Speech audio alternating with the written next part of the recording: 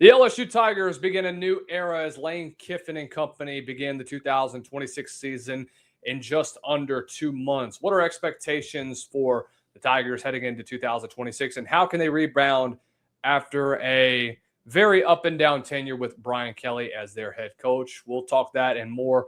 Our latest edition of our State of the Program series is here on the LSU Tigers. Hello, everyone. I'm Lucas Hill here with the Southern Sports Scene. Make sure y'all do us a favor. Y'all hit the like and share button down below. Hit the subscribe button as well so that you are notified every time we go live, posting a video or posting a short here on the Southern Sports Scene. We want to thank our friends and partners over at FrostBuddy. Go to frostbuddy.com. Use the promo code SSS15 to get 15% off your first purchase on all things cups, mugs, tumblers, whatever it is that you need to fill your beverages up. Also, thank you to our friends at Chike Nutrition. 20 grams of protein, 1 gram of fat, 1 gram of sugar in every scoop of iced coffee. And you can get every morning started. Why not start every day off with a healthy, hearty cup of coffee? And as always, guys, all of our shows and all of our videos are now streamed over on the Buzzer app. Download Buzzer today to get the best in sports media. Carter Bryant, Power Hour LSU. Carter, good to see you, my friend. You and I have been communicating for a while. This is a date that has been it's been awaiting for quite a while. I've been trying to get you on the show for a while, but man, thank you for taking the time. How are you today, my man? Yeah, you know what's funny? I actually just got into like protein powders and stuff like that. So I wanna try well, how do you say it? Chike. How do you say it? How Chike? Is that right? Yes. They have Okay. they have like 11 flavors now. Okay. Going from just chocolate, vanilla, caramel. I personally like the chocolate. I'm a plain type of guy, but Okay. again, they've got a variety of different options for you. So it's pretty good in my opinion. Yeah, I'd hope so. And Chike, guess what? Since you're supporting a content creator, I'm gonna support you guys, Chike. So that's awesome. And look, it's good to be with you. Learned a little bit about you still playing football. I have a lot of respect that you're keeping the dream alive. I made the mistake a few months ago of playing pro football in Italy. My body is still telling me that it was the worst decision of my life. It's weird. I didn't really get hurt over there doing it, Right. but like I've had some shoulder like things at the gym, and I was like, I wonder if it was because my guy Oscar and Bravo. These are real Italian names, by the way. Right. Put me into the underworld Right. repeatedly, going up against pro football players over there. But it's good to be with you. I love talking LSU football. It's my whole life. It's the reason I'm able to feed my dog every day, and getting to hop on with you is an honor, man. You know, it's funny. I haven't played football in like 5 years, Oh, and okay. I literally just decided to play semi-pro football because I was already doing a documentary for my senior project for Southeastern, and I just decided all of a sudden, you know what? I might as well just go ahead and play and film this documentary. So it ended up working out. Got to be on the documentary, and I get to play for another year or so. So we'll see what Let's happens. go. Congratulations, man. But yeah, I'm super excited about Lane's first season at LSU. I'm super excited about just a lot. You know, it's interesting. You said you were covering the Manning Passing Academy, and I remember a few years ago, I got a call from someone in Jaden Daniels' circle, and I had landed in Chicago for the National Sports Collecting Convention, and he called me and he said, "Hey Carter, it's going to be so different. It's going to be so different this year with Jaden Daniels." And I was like, "Oh, you know," that what I would tell him is like, of course you're going to tell me." He's like, "No, Carter, it's different." And it was honestly, when I saw Jaden throw at the Manning Passing Academy, he looked different. He really honestly looked bulked up. His throwing motion had changed some, and he turned into the best deep ball thrower in college football history per PFS grading in that great Heisman Trophy season. So, you know, you go into the Manning Academy is very interesting because Sam Levitt will not be there. Right. And I would have loved anything to see Sam throw. I like every last piece of data I can have. It doesn't matter if they're throwing against air. I'm not mad that Sam's not going. You could see kind of over to the side. I have this. I'm a big Manning homer. Right. So I know a lot of people that have camped there. I know a lot of people that have coached there. And I do think it's a really cool thing that you're going to get to cover. It's a cool thing that they still have going on, and it's something you can learn about some of these young quarterbacks. So good for you being on the hustle, playing football, going to cover something as cool as this, and I'm really excited to see Lane with Sam this year put up a lot of points for the Tigers. When you reflect on 2025 and when you reflect on the Brian Kelly tenure as a whole, and I've heard this from many people all around, and really the tone was set whenever people first saw BK initially. Now, it was his adjustment from South Bend, Indiana to Baton Rouge different for him? Absolutely. Here's a guy that's never been really coaching in the South. He's been more of a Northern guy all of his coaching tenure. He wins an SEC West title, goes to an SEC title. He has a Heisman Trophy winner in Jaden Daniels. You have all this young talent that's around you, but you never really hit on a good OC hire. And it just seemed like there was a lot of turmoil in that athletic facility. Just kind of just go back to last year. Just talk about what the tipping point was for this team this past season, whether it be the loss to Ole Miss, whether it be the loss to Vandy on the road, getting embarrassed by Texas A&M in Tiger Stadium. Like, what do you think was really the tipping point for BK during his time at LSU?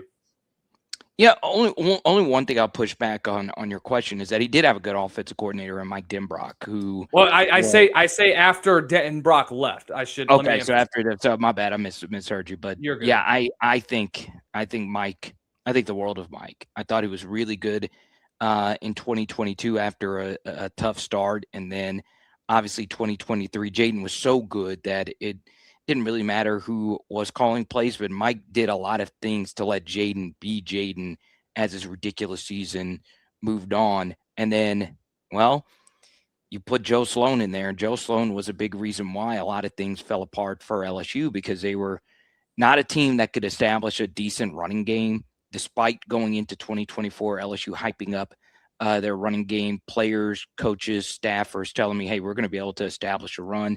Couldn't never really get that going. And then in 2025, LSU put out the worst offensive line in the history of LSU football. And I'll go one step further. That was the worst position group, any position group at LSU in the modern era. I thought that offensive line was really, really, really that bad. Some of that is Garrett's health. Some of that is on Joe Sloan. Some of that is on Brad Davis. A lot of that is on the players that were actually out there.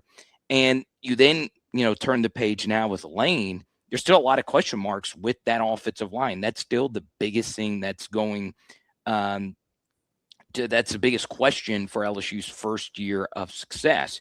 Now, I know a lot of people will point to, hey, you got Jordan Seaton. You got the best left tackle in college football, which I agree with. I do think Seaton is that good, and he was dominant throughout spring football. That's great. You get Braylon Moore back. That's great.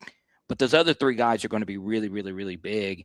And the good thing, if you are an LSU fan, is that Lane has been able to put up big numbers, whereas Ole Miss offensive lines never really were unfreaking believably dominant. They never really popped on film for me. The PFF grades for the Ole Miss offensive line weren't ever really all that elite, but the offenses remained elite. So if you're watching this and you're an LSU fan and you're trying to figure out, hey, is this actually going to be an offense that will get rolling this year? You just have to trust Lane, because he's used to figuring out what he has up front and what he has offensively to work with. So, for me, you look back at the Brian Kelly era and you look back to where Brian Kelly was truly dominant at Notre Dame, it was his offensive lines. It really was. That was a big thing from Mike McGlinchey to where we were there with Will Campbell. But while we did have really good individual offensive lines, it was the systems, it was the play calling, it was the numbers advantages that we were not able to create. Some of it was a lack of mobility with Garrett Nussmeier. So the biggest thing from BK to where we're going to be here with Lane is, can we find a consistent system that gets our offensive line in really good spots to go out there, run the football, set it up with play action, and put up big, big, big points. So you think so? The tipping point for you was just how this offensive line had been playing? That was a big thing. Yes, absolutely. And obviously, you go through, and at the time, I was not a fan of their first defensive coordinator hire, who I will not name, because But was there's a lot that. anybody?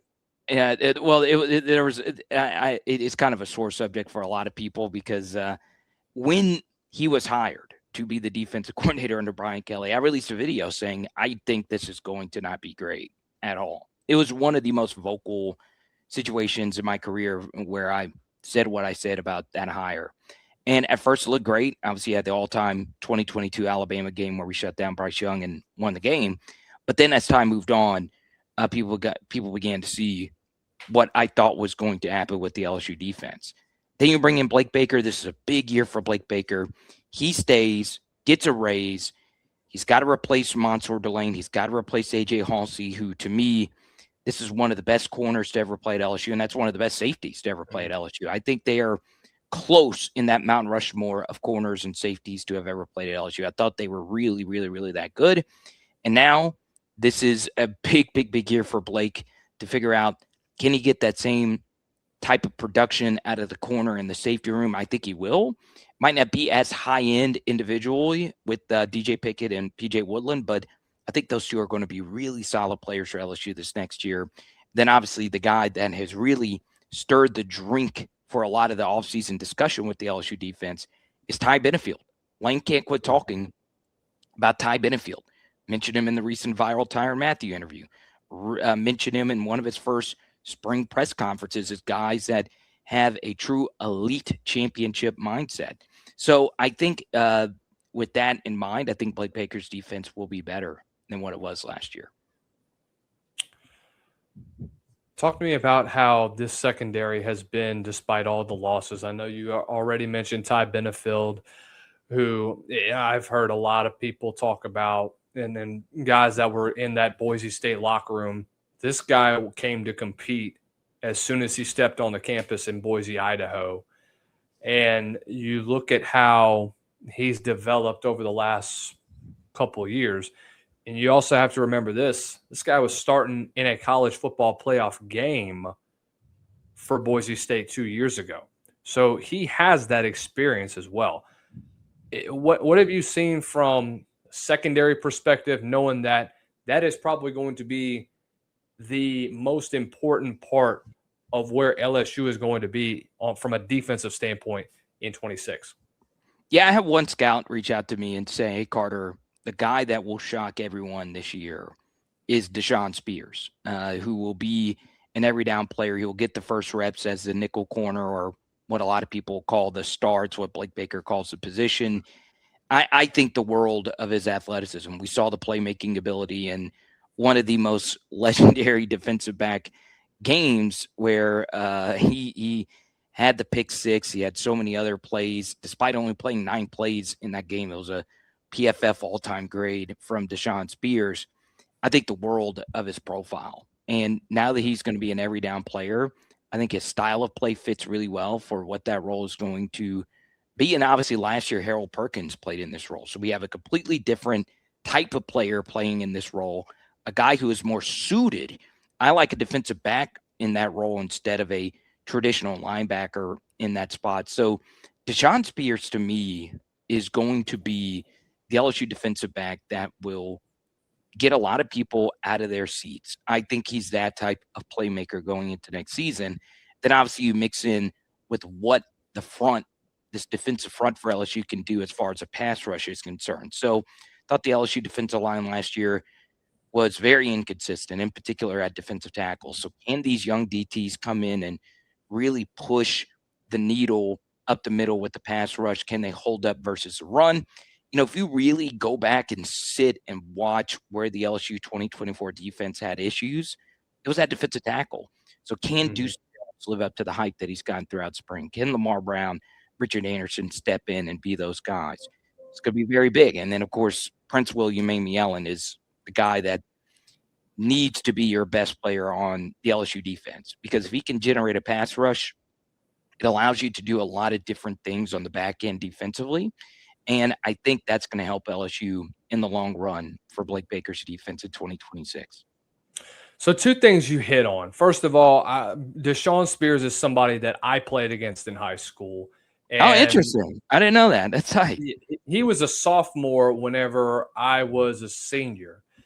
He's a very, very athletic defensive back. I think he had 2 interceptions against us. Dang. And he just seemed to be all over the field every time that our offense was moving down the field. 3 used to be all it just everywhere. Your second point that you hit on, you talked about Richard Anderson. I was at state championships in 2024, and I talked with Ed Orgeron, who was there on the sideline.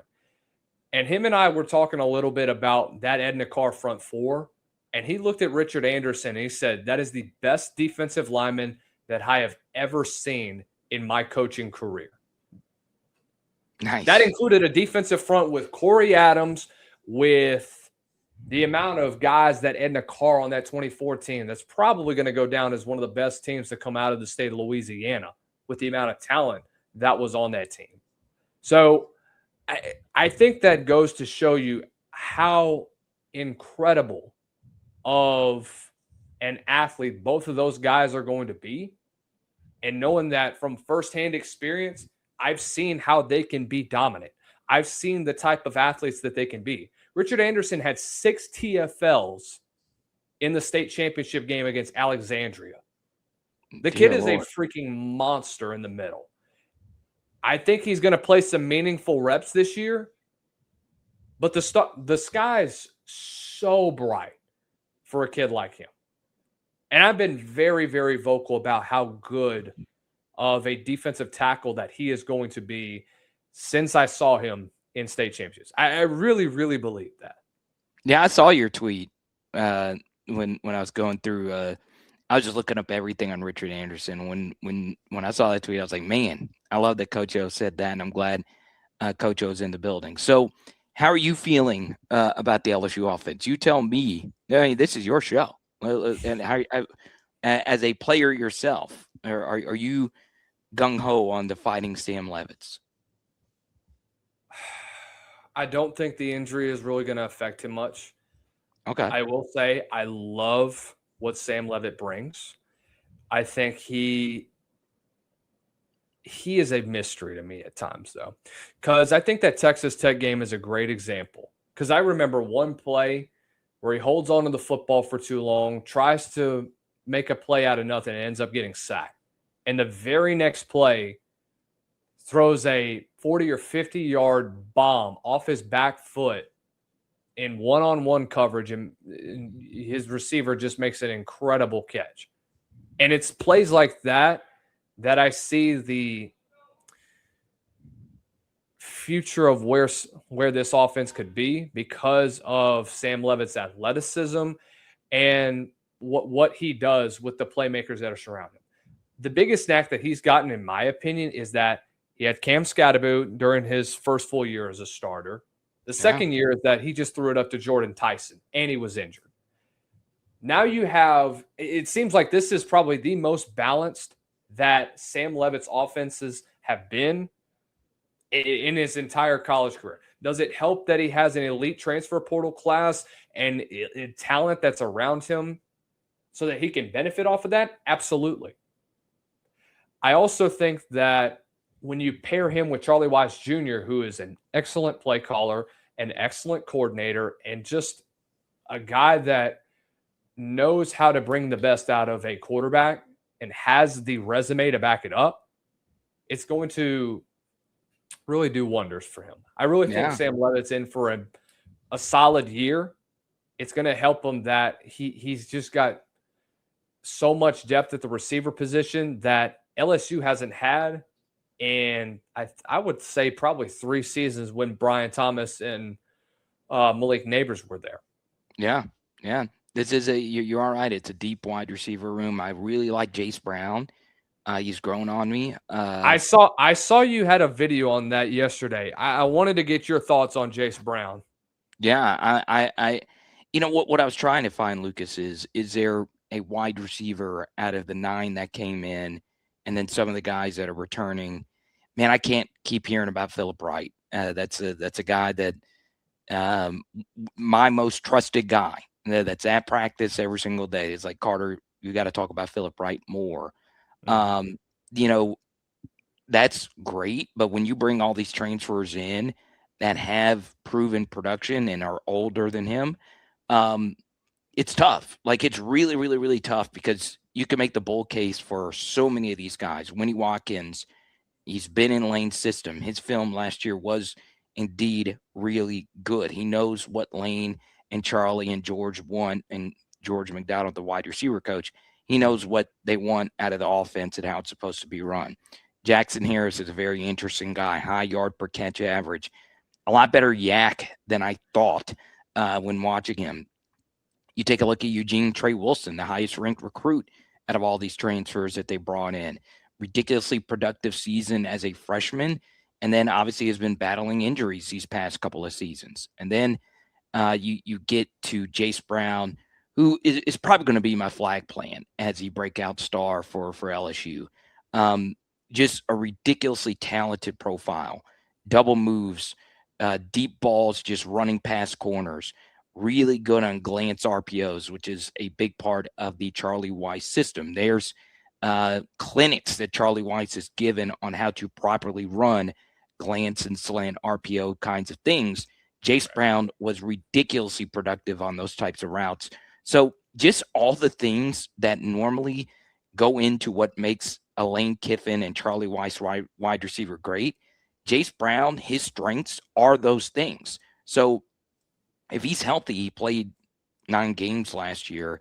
I think it's going to be an all SEC type of season for him. I really am that high on him.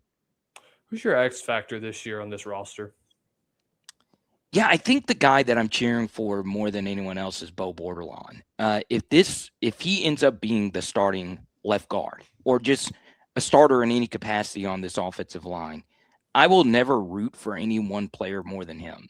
As a guy that's been through all these different changes, obviously his first 4 years at the program was during the Brian Kelly era, and he never really got a shot to be a starting offensive lineman at all.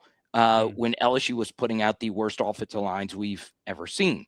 And if he comes in and is a regular player on this offensive line, this is one of the best stories we have ever seen of perseverance in the transfer portal era. This is a guy that probably loves LSU more than anyone else on this team.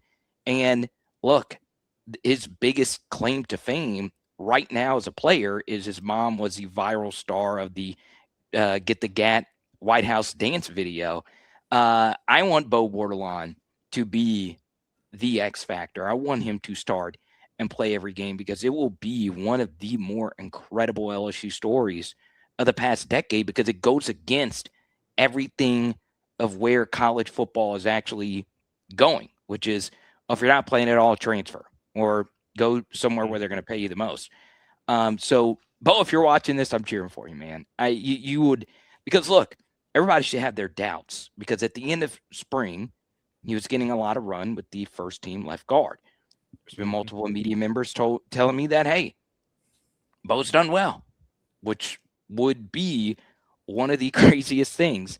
So I really am cheering for this guy, a guy that was used as a blocking tight end. So he had to change his jersey number throughout the course of a game just so he can be out there. So to me, if he is your every down left guard and has a very successful season, that would be crazy. Weston Davis is kind of the same thing. It would be shocking if from 1 year, the season that he had last year, it's interesting. You're a big Southeastern Lions guy, Lucas. Weston Davis had that game versus Southeastern that had LSU fans screaming, put someone else in at right tackle. So I'm cheering for those two guys and just cheering for the other offensive linemen that don't have the same type of profile as Jordan Seaton and Braylon Moore. If those guys step up, this is going to be a 9 to 10 win team knocking on the door of the college football playoff. It's funny you say that because I was at that game, literally standing on the field, and I cannot tell you how interesting that game was. And what's also funny to me, kind of side note, I wonder how big that game was for Caleb Proctor just to get him drafted. I'm really curious to see if because that game was such on such a big stage, the fact that he has the game that he had, I think that's what pretty much elevated his draft stock, going from a guy that might have barely cracked the top 250 to now he was a fourth round draft pick. It is Just crazy. kind of that's a side note in my book, but look, I like Caleb. Shout out him. Get better from that torn meniscus. But Yeah. I would agree with you. I remember listening to, I think it was a radio station whenever I was a senior in high school, hearing about Bo Borderline being an LSU Tiger, and kind of watched him a little bit. He's got good technique for a left guard. I don't know if he's an NFL starter at left guard, but I do believe that nasty, really, really physical, plays to the echo of the whistle, as Bobby Bowden used to say. You know, that's a scrappy dude that is going to be fighting for playing time. So really interested to see what he brings to the table. With the NCAA now instituting its official, the 5-for-5 rule, how do you think this affects LSU when it comes to recruiting or the portal? Yeah, I first off, I'm in favor of it. I didn't like the limbo of, well, you played 4 games and you should quit on your team because it behooves you. You know, I look at last year, and you know, I got really close with one of the players, Jack Pyburn, who was a starting defensive end. His dad is one of my really good friends now, and Jack was a victim of this rule, right? Because we were punishing greatness. Because if you were a true freshman, which he was at Florida, and you were good enough to at least play special teams, well, it would have behooved him any one of those seasons to just quit on his team and get that extra year of eligibility. And there's many such cases of that. So I think if you were going to keep the redshirt rule, you needed to do a 5 years and 5 type of thing. But I do worry about how different people will abuse a 19-year-old type of thing. I'm still trying to get further clarifications on how all of this is actually going to work. But as much as I would like to, as a 37-year-old person, get back into college sports and run out with the college football team, I shouldn't be able to, right? And nobody should be able to. College sports is made for young guns like yourself, for people getting, and I know you're a little bit older than this, but for people getting out of high school and starting your college career pretty much immediately. Now, I understand you have missions and there's other things that will be involved in this. Obviously, for BYU's sake, they're going to need a lot of clarity on that. But I think for LSU and for everyone else, this is ultimately a good thing. When you look at this schedule, and from what I hear, it's a very, very favorable schedule. 9-3 is, in retrospect, it seems like it's inevitable, like it's a solid start. What do you think is going to be arguably the most important game on this schedule, aside from Ole Miss, that is going to define this season for LSU? Yeah, obviously, you look back at last year, and we put so much on that Clemson game. We got to win that Clemson game, and you end up winning it, and then you end up having a bad team or a mediocre team, whatever you want to classify them as. I think the same thing could be true here with the Ole Miss, right? Like, LSU could win that game and still have a bad team. And the opposite of that is also true. LSU can lose that game and also still have a great team. And that's about where I see them right now. That's a tough spot for them early in the season, going up against, to me, the best quarterback and the best running back in the SEC. I think it's hard to argue to the contrary with Trinidad and Kawan coming back for Ole Miss. So a lot of people point to that game. I think if LSU were to lose that game, no one would really be shocked at all. That A&M game is arguably even more important because you go up against Marcel Reed, who is not really that great, but versus you, he's been beyond Lamar Jackson. His efficiency in those games have really been that good. And Marcel Reed is not a Heisman level player. I was disgusted that Marcel Reed did a jersey swap or tried to do a jersey swap with Lionel Messi. I don't know if you saw that, but I was like, that is vomit. Whoever instructed Marcel Reed to hand Lionel Messi a jersey, that would be like me going up to, I don't know, Aaron Donald and saying, hey, let's do a jersey swap from my time in Italy. I just do not want to see Marcel Reed run all over LSU yet again. That game is absolutely positively ginormous. That is a tough emotional get back. And you have to keep this in mind, Lucas, is we go to the 9-game conference schedule. Mm-hmm. One thing that LSU historically had in their favor was rarely did they have to play 2 elite teams in back-to-back weeks, right? Normally it was, hey, you play this team and then you have you have Mississippi State in between 2 really good teams or something along those lines. This year you have back-to-back games versus Ole Miss and Texas A&M. Then you'll have back-to-back games versus Texas and Alabama. So splitting those 2 and winning all your other games will get you into the college football playoff. So to me, if I look at it that way and they can go 1-1 and find ways to win all those other games, you have a legitimate college football team with a lot of dangerous attributes going into the postseason. So to me, obviously those 4 games would be the biggest games.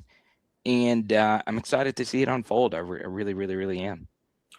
What has been Blake Baker's biggest weakness throughout his time at LSU? And I already know the answer to this question, but go ahead. If you know the answer, I want to hear it. Go ahead. Mobile quarterbacks. Yeah, it's that. I think. Yeah, I think that. How many mobile quarterbacks is LSU going to play this year? Marcel Reed, Arch Manning, to an extent, Byron Brown at Auburn, and then Trinidad Chambliss. Oh, it's more than that. I mean, Keelan Russell at Alabama, if he's a guy. I mean, look, I don't know, man. I don't know if Ryan Grubb is going to have him kind of play that type of role. I do see more of him kind of playing him like he did with Michael Penix. I don't know, man. Keelan could move. Keelan could move, man. I'm not saying that he can't move. I just don't know if I can classify him as a dual threat type of guy yet. We'll see. I just haven't seen it. I like his arm a lot more than I like him on the run.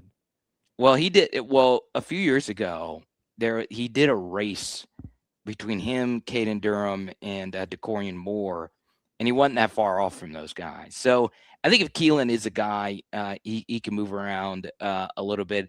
You also have Kamario Taylor at Mississippi State who can move. He's an amazing runner. He arguably had the best run of any SEC quarterback last year. He had one in garbage time versus Ole Miss that was freaking ridiculous. Kenny Minchie at Kentucky can move a little bit. He's not as good as those other guys that you mentioned. So that actually furthers your point about Blake Baker. This is about as bad of a run out when it comes to quarterbacks who can move. You can ask for. There's sure you lost Taylon Green, who is ridiculous, but you still have a schedule that is full of guys that can make what happen with the football in their hands. So that obviously is a Blake Baker weakness, but I think one that shows up quite a bit, Lucas, is just simple friction and resistance. And what do I mean by that? Well, you don't need to be Dave Aranda or Bill Belichick to watch a play happen and you yourself make the call. Did that touchdown have any type of resistance? And you look throughout LSU season last year, they had so many blown coverage touchdowns, so many scramble plays where a quarterback is running into the end zone with wide open rush lanes to run through. You play defensive line. You know how important it is when you're playing a quarterback that can move you've got to be more conservative in your rush plan. So, yeah. Blake Baker defensively had a lot of instances last year where guys walked in to the end zone.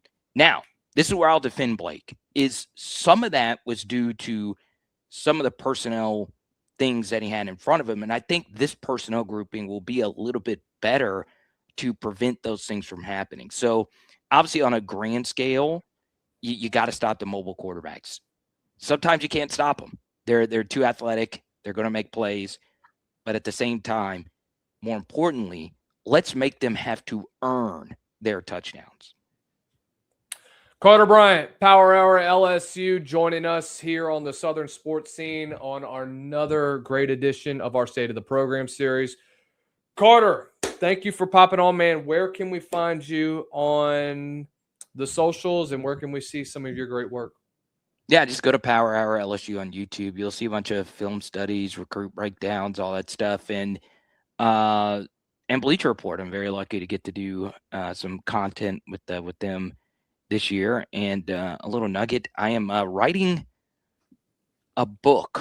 That you see, you're getting a little nugget here. We are coming out with a little writing project that'll be released hopefully in the next couple of weeks. So pretty excited about that. I wasn't supposed to tell you that, but you're getting that. So there you go. Well, it'll. I'll tell you this: it's not going to be anything in there about me. It'll be everything about the 2026 LSU Tigers. It'll be a bunch of analytical breakdowns. And I'll say this: if don't come watch my channel, read any of my stuff unless you are a diehard LSU football fan or you're a diehard college football fan. I'm not for everyone. If you love it, if you breathe it, if it is your pride and joy, if your soul thinks about Terrence Tolliver on a random Tuesday afternoon, this is a channel for you. So I'm pretty excited about that. And Lucas, thank you so much for letting me hop on with you, man. Carter, we appreciate your time, man. Thank you so much again for those of you watching us here on the Southern Sports Scene. Once again, y'all hit the like, share, and subscribe button down below. Turn on the bell notifications so that you are notified every time we go live, post a new video or post a new short. And until next time, ladies and gentlemen, y'all stay blessed and don't stress. Y'all have a great week.